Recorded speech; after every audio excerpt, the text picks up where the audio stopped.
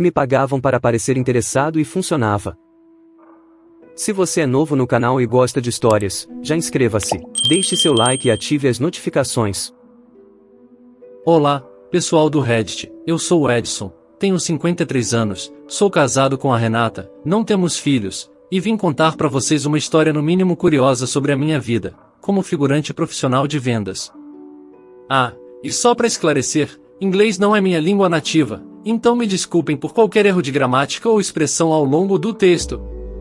Nasci e cresci na periferia de uma cidade turística, numa daquelas regiões onde todo mundo se conhece pelo nome ou pelos apelidos de infância, mas onde a ajuda mútua nem sempre era garantida. Crescer ali me ensinou desde cedo o que era resiliência. Meu pai, o seu Antenor, trabalhava como porteiro em um prédio comercial no centro da cidade.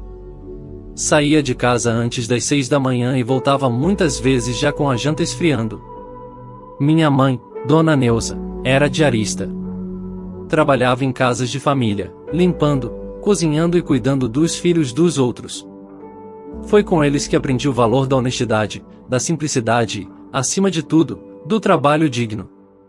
Nossa casa era simples, construída por meu avô nos anos 60, com um quintal grande onde minha mãe plantava couve, cebolinha e tomate, e onde eu e meus 2 irmãos mais novos jogávamos bola com bola de meia. Vivemos muitas dificuldades, principalmente financeiras, mas também muitos momentos felizes. Nunca faltou comida na mesa, mas também não sobrava. Cada pequeno luxo, uma pizza no fim de semana, um passeio com pastel e caldo de cana, era comemorado como uma conquista. Depois do ensino médio, resolvi não tentar a faculdade por questões financeiras. Precisava começar a ganhar dinheiro o quanto antes, e meu foco foi em algo que me desse retorno rápido e direto. Fiz um curso técnico em elétrica predial, com duração de 18 meses, o suficiente para me dar uma boa base em instalações, manutenções e pequenos reparos. Já no estágio obrigatório, comecei a prestar pequenos serviços por fora, e quando terminei o curso, já tinha uma clientela modesta, formada basicamente por vizinhos e indicações de conhecidos. No começo, fazia de tudo, consertava chuveiro queimado, trocava tomadas derretidas, instalava luminárias, montava ventiladores de teto e trocava disjuntores. Pegava o ônibus com a maleta de ferramentas na mão, e muitas vezes saía de um serviço direto para outro. Aos poucos, fui aprendendo a lidar melhor com orçamento, prazo e cliente. Tinha gente que tentava pechinchar demais, outros queriam que eu fizesse um jeitinho, mas eu sempre prezei por fazer as coisas da forma certa, mesmo que ganhasse um pouco menos. Com o tempo, fui ampliando a gama de serviços. Comecei a aceitar pequenos contratos de reforma elétrica, revisão completa de apartamentos antigos, substituição de quadros de distribuição, adaptação de rede para ar-condicionado, instalação de sensores de presença em condomínios, interfone, câmeras. Fiz manutenção preventiva em prédios comerciais, reativei sistemas de iluminação de emergência, e trabalhei até com cabeamento estruturado para internet em escritórios. Durante a alta temporada, cheguei a atender pousadas inteiras, que me contratavam por semana para resolver tudo o que estava fora do lugar antes dos hóspedes chegarem, de luminárias a tomadas, de bombas d'água a resistências de chuveiro. Vivi com meus pais até os 30 e poucos anos, ajudando nas contas e guardando o que podia. Tinha épocas em que o celular tocava o tempo todo, eram clientes pedindo orçamento, indicações de conhecidos, pequenos empreiteiros precisando de ajuda. Mas também tinha aqueles meses difíceis, especialmente fora de temporada, em que eu passava semanas inteiras contando moeda, vivendo do que tinha conseguido juntar nos tempos de fartura. Eu já conhecia bem esse sobe e desce da vida de autônomo, a incerteza fazia parte do pacote. Nunca tive carteira assinada. Sempre fui autônomo. Emitia recibo simples, e quando precisava, pedia ajuda de colegas para serviços maiores. Eu mesmo fazia meus panfletos e os deixava em padarias, mercadinhos, lojas de material de construção. Cada cliente satisfeito era uma chance de conseguir mais 2 ou 3. Mas, com o tempo, fui percebendo uma mudança no perfil da demanda, os materiais elétricos estavam evoluindo muito. Tomadas, lâmpadas, luminárias e chuveiros vinham de fábrica cada vez mais resistentes, modernos, e com uma durabilidade que fazia com que a necessidade de manutenção diminuísse significativamente.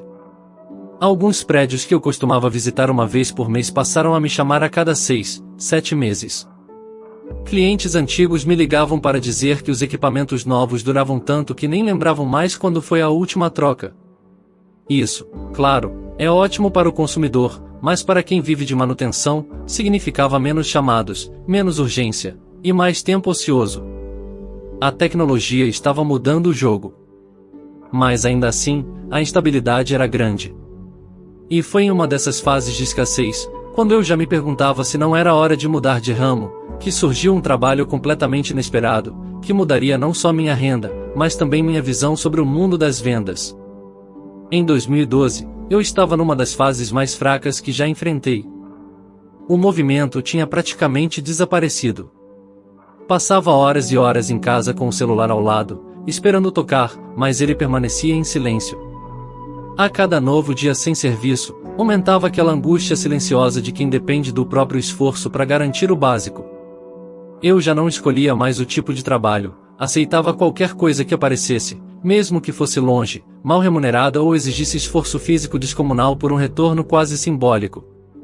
Fiz pequenos serviços para salões de beleza, instalei iluminação em lavanderias de bairro, troquei tomadas queimadas em kitnetes, refiz fiação em trailers de lanche.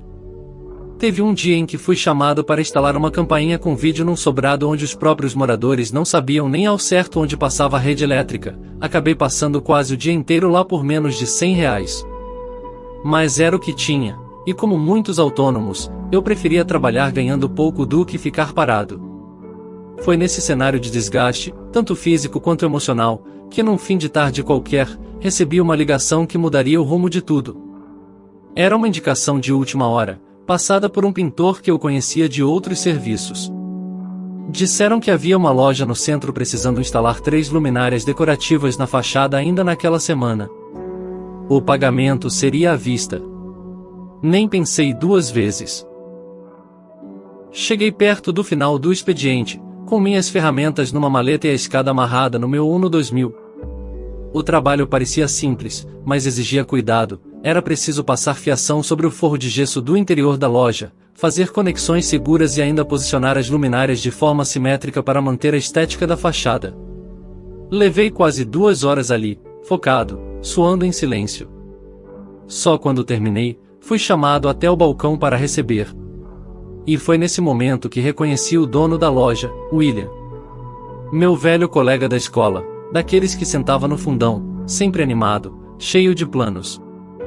Fazia mais de 20 anos que não nos víamos. Ele estava diferente, mais robusto, bem vestido, com um relógio caro no pulso e uma postura segura de quem prosperou. Conversamos um pouco, relembramos histórias da época da escola, falamos dos nossos pais, dos caminhos que a vida tinha tomado. No meio da conversa, comentei de forma despretensiosa que minha esposa, Renata, estava procurando emprego. Ele se interessou na hora. Começou a fazer perguntas. Falei que ela era 3 anos mais nova que eu, simpática, boa comunicadora, já tinha trabalhado como vendedora em shopping por alguns anos e sabia lidar com pessoas como ninguém.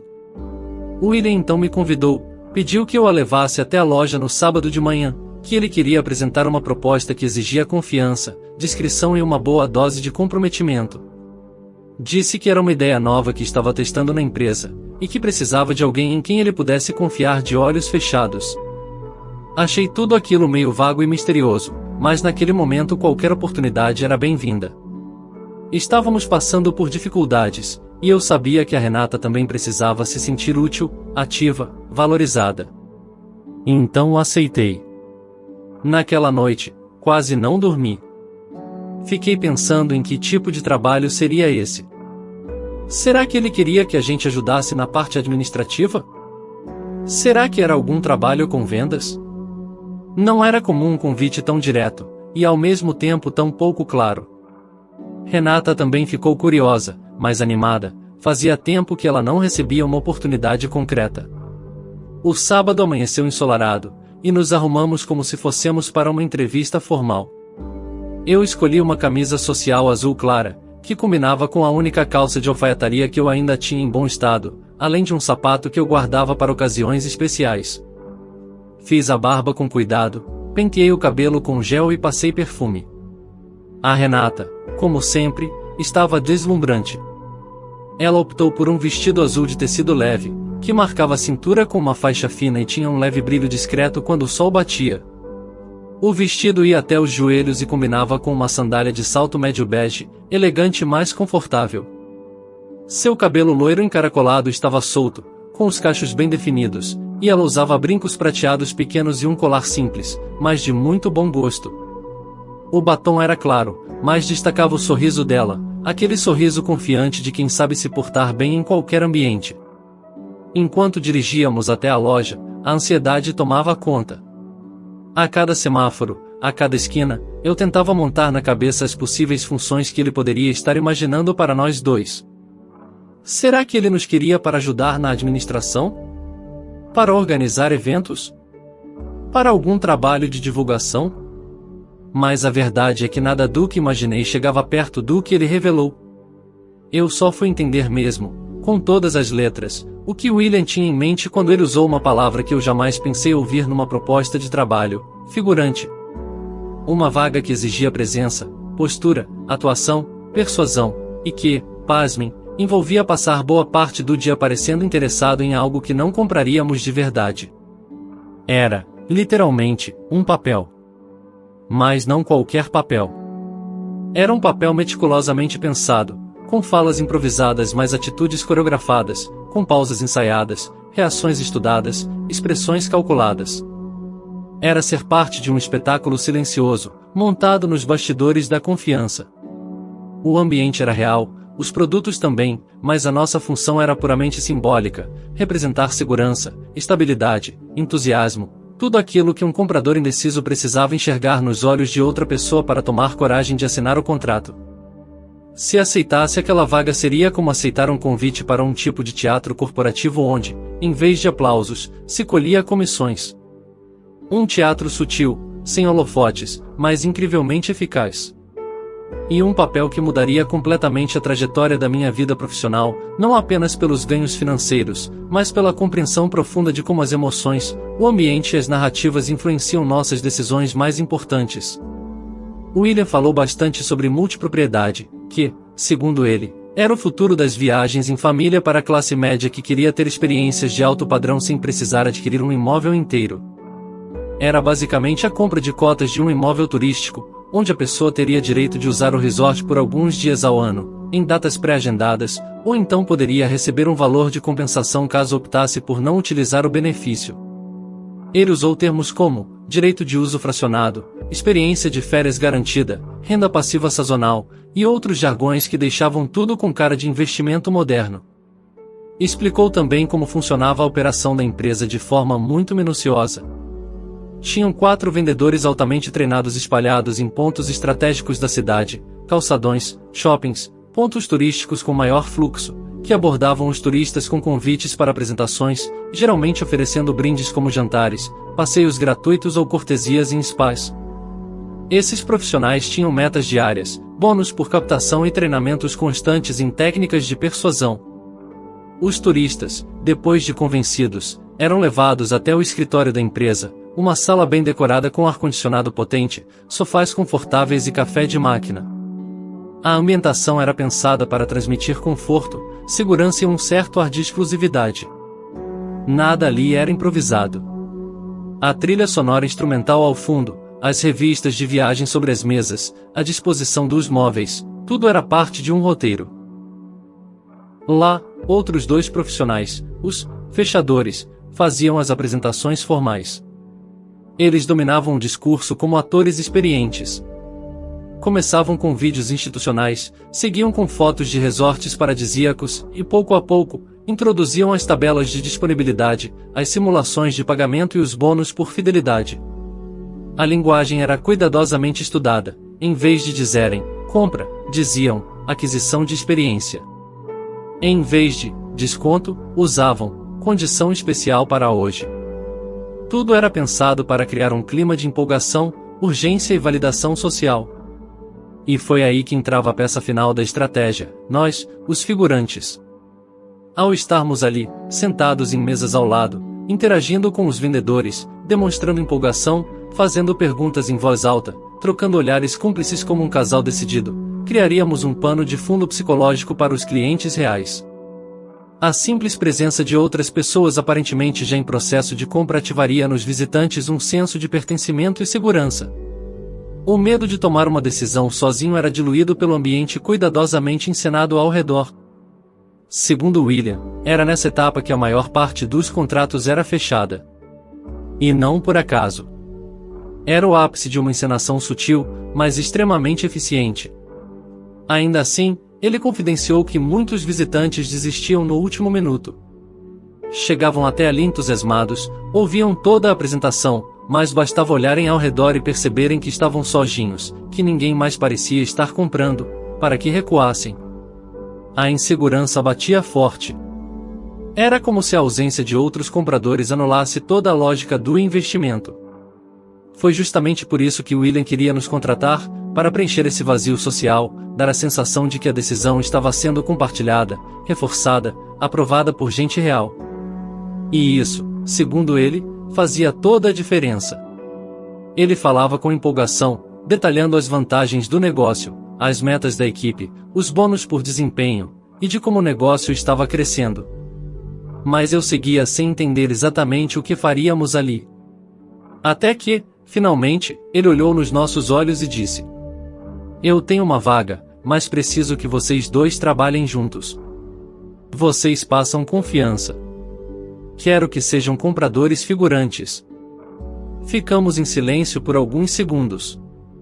Ele então explicou: muitas vezes, as pessoas chegavam ali cheias de dúvidas. Tinham interesse, mas ficavam inseguras por estarem sozinhas. Ao verem outros casais no mesmo ambiente, fazendo perguntas e aparentemente comprando, sentiam-se mais confiantes para seguir com a aquisição.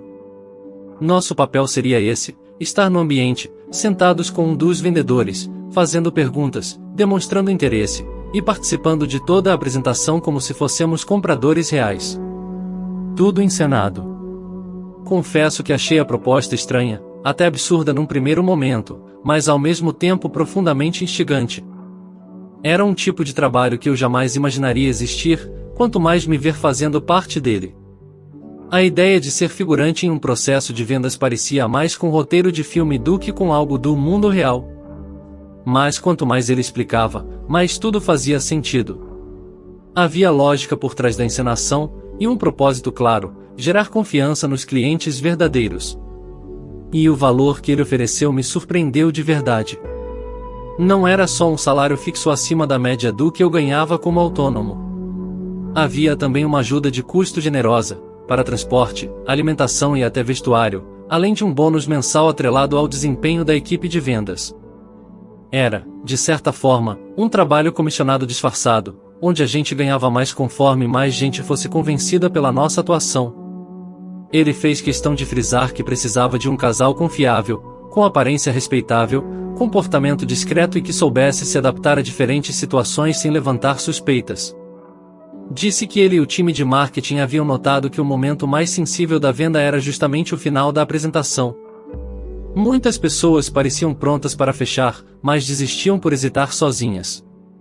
Foi por isso que ele teve a ideia de contratar um casal que parecesse um modelo ideal de compradores, confiáveis, decididos, serenos, para influenciar, ainda que silenciosamente, os indecisos.